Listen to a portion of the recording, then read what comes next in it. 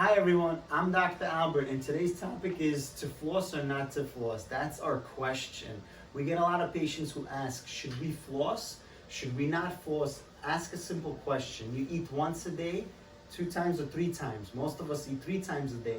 In a week, that's 21 meals. If you're flossing only once or twice a week, or maybe 5 times a week or 7 times a week, that's only 1/3 of how many times we eat. So flossing is definitely an important thing. And now let's just cover a quick topic. Let's just zoom in right over here. If you take a quick look, here's your tooth, here are the gums, and this is the space between the tooth and the gum. And this is a measuring tool that measures how deep your gums are. And most healthy gums are only 1, 2, or 3 millimeters deep. If you draw a line right over here, it should be somewhere here or here. Now, brushing could reach up to 2 millimeters and flossing up to 3.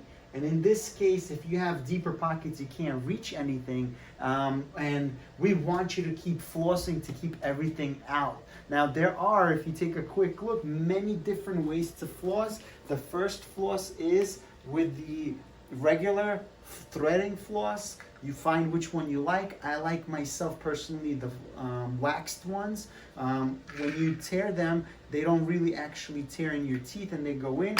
You just tear a long piece, wrap it around your index fingers or any other finger that you're comfortable with. Use your thumbs and maybe your middle fingers, and when you clean it, it makes your life easier. Don't forget to rinse it or use a napkin to wipe off whatever comes out. You could be surprised what comes out. Now, if you're not so good with your manual dexterity, the next best thing, let's just zoom in over here, is the pre-made floss. It doesn't matter what company you use.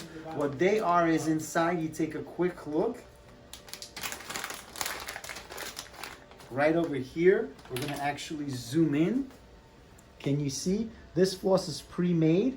You get to floss easily and you use a toothpick. Don't use those wooden toothpicks because they're really bad for teeth. They actually make teeth worse and cavities, and they reseed gums. Ideally, you want to use something that will not damage the tooth. Here it's plastic and it's easy to use. The next thing, if this is not good for you and not great with even this pre-made floss, and it might take you a few to go through, take a look over here. There is what's called a water flosser, and what it does is you're basically flossing with water, and specifically a company such as Waterpik that's ADA accepted, especially the cordless one. It's great to use. What happens is you have over here a space where you could put water or any mouthwash such as Listerine, and then the water gets shot out with different power strengths or power settings.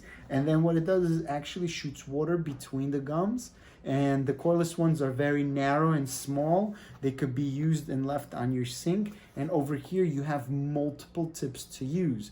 Now, if we realize there's so many options for flossing, the question is, why aren't you flossing every day, maybe multiple times? Thank you.